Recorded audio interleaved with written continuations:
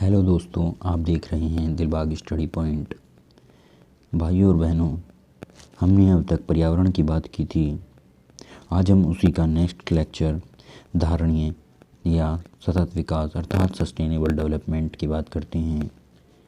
धारणीय विकास की अवधारणा की बात करते हैं तो वर्तमान की आवश्यकता और भविष्य की आवश्यकता ध्यान में रखकर जो विकास किया जाता है उसे धारणीय विकास की संज्ञा दी जाती है। अगर मुख्य उद्देश्य की बात करें, सस्टेनेबल डेवलपमेंट का मुख्य उद्देश्य क्या है, तो पृथ्वी के प्राकृतिक संसाधनों का न्याय संगत तरीके से उपयोग, संरक्षण के साथ उपयोग और उचित प्रबंधन के साथ उपयोग आपका सस्टेनेबल डेवलपमेंट या धारणीय विकास कहलाता है।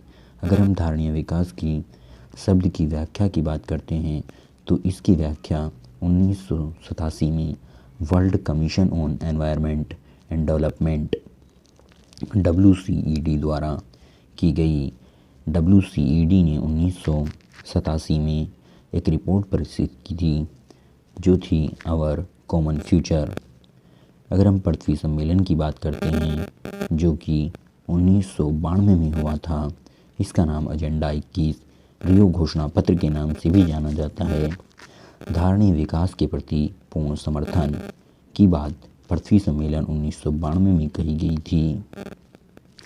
अगर आपसे पूछा जाता है इनमें से किस रिपोर्ट को पृथ्वी सम्मेलन कहा जाता है, तो आप रियो घोषणा ही उसका आंसर देंगे। बात करते हैं पर्यावरणीय सुरक्षा की। पर्यावरणीय सुरक्षा में प्रदूषण आता है। पर्यावरणीय सुरक्षा के लिए प्रदूषण एक संकट है। धारणीय विकास की बात करते हैं तो पर्यावरणीय क्षरण को कम करने में सहायक होता है धारणीय विकास। प्रकृति में कार्बन चक्र और जल चक्र की बात करते हैं। पहले हम कार्बन चक्र की बात करते हैं तो कार्बन चक्र मूल अवस्थाओं में विद्वान हैं। कार्बन मूल रूप से ग्रेफाइट और हीरे में पाया जाता है। यौगिक रूप से मिला हुआ कार्बन डाइऑक्साइड, यहाँ पर कार्बन मिला हुआ है, और हाइड्रोजन कार्बोनेट, यहाँ भी हाइड्रोजन जो है वो कार्बोनेट के साथ मिलकर हाइड्रोजन कार्बोनेट बनाती है, इसीलिए वायुमंडल में मिला हुआ होता है। बात करते हैं पुनर्चक्रण की। कार्बन पुनर्चक्रण विभिन्न भौतिक और जैविक क्रियाओं द्वारा जल के समान होता है। कार्बन विभिन्न प्रकार के खनिजों में विद्वान होता है। बात करते हैं हम कार्बन चक्र की। ये आपको दिखाई दे रहा होगा, ये आपका कार्बन चक्र है। ये आपका सूर्य है। सूर्य से पौधे प्रकाश संश्लेषण करते हैं। प्रकाश संश्लेषण से पौधे दिन में ऑक्सीजन निकालते हैं और नाइट में CO2। वहीं जो जीव जंतु हैं वो CO2 निकालते हैं जिसमें आपका कार्बन होता है। उद्योग धंधे आपकी CO2 निकालते हैं और जो आपके परिवहन के कारक हैं वो सब CO2 निकालते हैं। वो सब कहाँ जाती है? पर्यावरण में जाती है। मृत जीव और अवशिष्ट पदार्थ उत्पाद होते हैं इनके मरने से।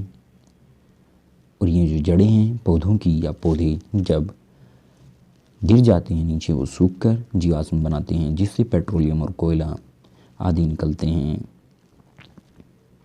बात करते हैं जल चक्र की। ये हमारे जल के स्रोत दिए गए हैं। ये हमारे जल के स्रोत दिए गए हैं और ये भूमिगत जल होता है, मतलब अंडरग्राउंड वाटर, जो ज़मीन के अंदर जल है। जब भूमिगत जल पर सूर्य का प्रकाश पड़ता है तो जल वाष्पीकृत होता है और उससे बादल बनते हैं। जब बादलों में तापमान कम होता है तो वे संघनित होते हैं। संघनित होने के बाद वे वर्षा करते हैं और ये वर्षा का पानी फिर नदियों में और कुछ भूमिगत जल में चला जाता है। संघनित बादल से ओले और वर्षा दोनों पढ़ सकते हैं। पेड़ पौधों जो वाष्पोत्सर्जन करते हैं उससे भी आपका बादल बनते हैं, क्योंकि उसमें भी जल होता है। और जो आपके जानवर शोषण करते हैं उससे जानवर CO2 निकालते हैं और पेड़ उसे अपने खाना बनाने में प्रयोग करते हैं। अब इन्होंने यहाँ पर कुछ कक्षा दृष्टि के लिए महत्वपूर्ण क्वेश्चंस दिए गए हैं, आओ उन्हें भी देख लेते हैं। पौधे की वृद्धि में सहायक होता है जल चक्र। वर्षा की मात्रा का निर्धारण करती है वायुमंडल में नमी। हाइड्रोस्फीयर जलमंडल, हाइड्रोस्फीयर को हिंदी में जलमंडल के नाम से जानते हैं। हाइड्रोस्फीयर जलमंडल में जल की विभिन्न गतिविधियों को दर्शाता है जल चक्र। वायुमंडल में कार्बन तत्व का संतुलन बनाए रखता है कार्बन चक्र। मूल रोम की कोशाभित्ति मुख्यतः बनी होती है सेल्यूलोज की। मूलारोम के मर्दा में चिपके रहने के कारण पैक्टिन है। मूलारोम की कोशिका भित्ति कार्य करती है पारगम्य कला की तरह। पदार्थ के रूपों की बात करते हैं तो इसमें तत्व होते हैं। ये जो तत्व होते हैं पदार्थ की साधारणतम स्वरूप, जो पदार्थ का साधारणतम स्वरूप होता है रासायनिक या भौतिक गतिविधि द्वारा उपविभाजन का अभाव तत्वों में पाया जाता है। अगर यौगिक की बात करें तो 2 या अधिक तत्व द्रव्यमान के एक स्थिर अनुपात में संयोजित होते हैं। मिश्रण 2 या अधिक तत्व या यौगिक का किसी भी रूप में साधारण रूप का जो मिश्रण होता है उसे हम मिश्रण कहते हैं।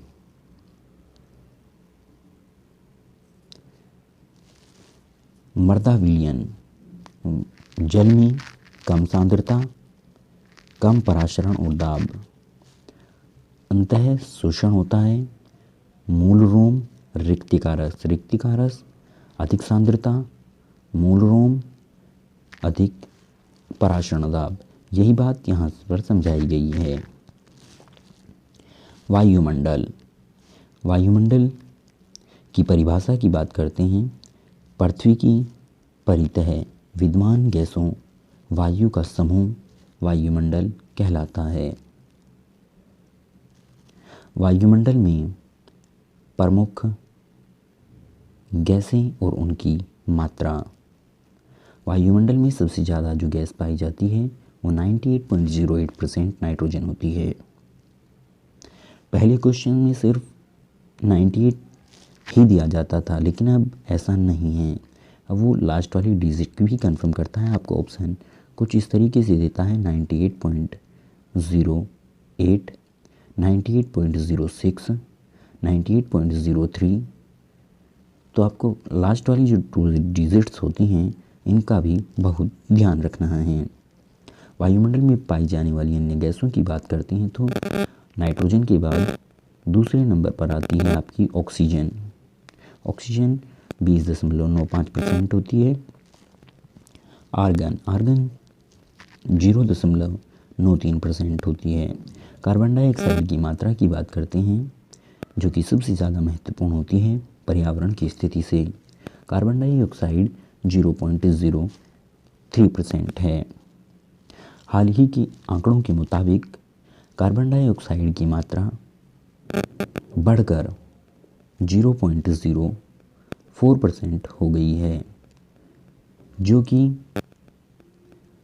ग्रीन हाउस गैसों के लिए बढ़ाने का महत्वपूर्ण कारक है, जिससे वायुमंडल में तापमान की मात्रा बढ़ती जा रही है। बात करते हैं नियोन की तो 0.002% नियोन पाया जाता है।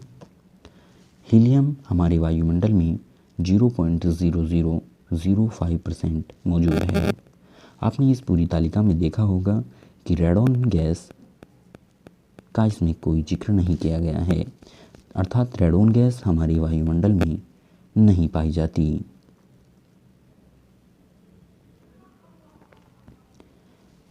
कुछ परीक्षा दृष्टि के लिए उपयोगी तथ्य दिए गए हैं, उन्हें भी देख लेते हैं। वायुमंडल में ऑक्सीजन कार्बन डाइऑक्साइड के संतुलन को बनाए रखने में सहायक होते हैं पेड़ पौधे। पेड़ पौधे हमारे जैवीय घटक होते हैं। वनों का एक अन्य नाम हरे फेफड़े होते हैं, या इन्हें हम पृथ्वी के फेफड़ों के रूप में जान सकते हैं।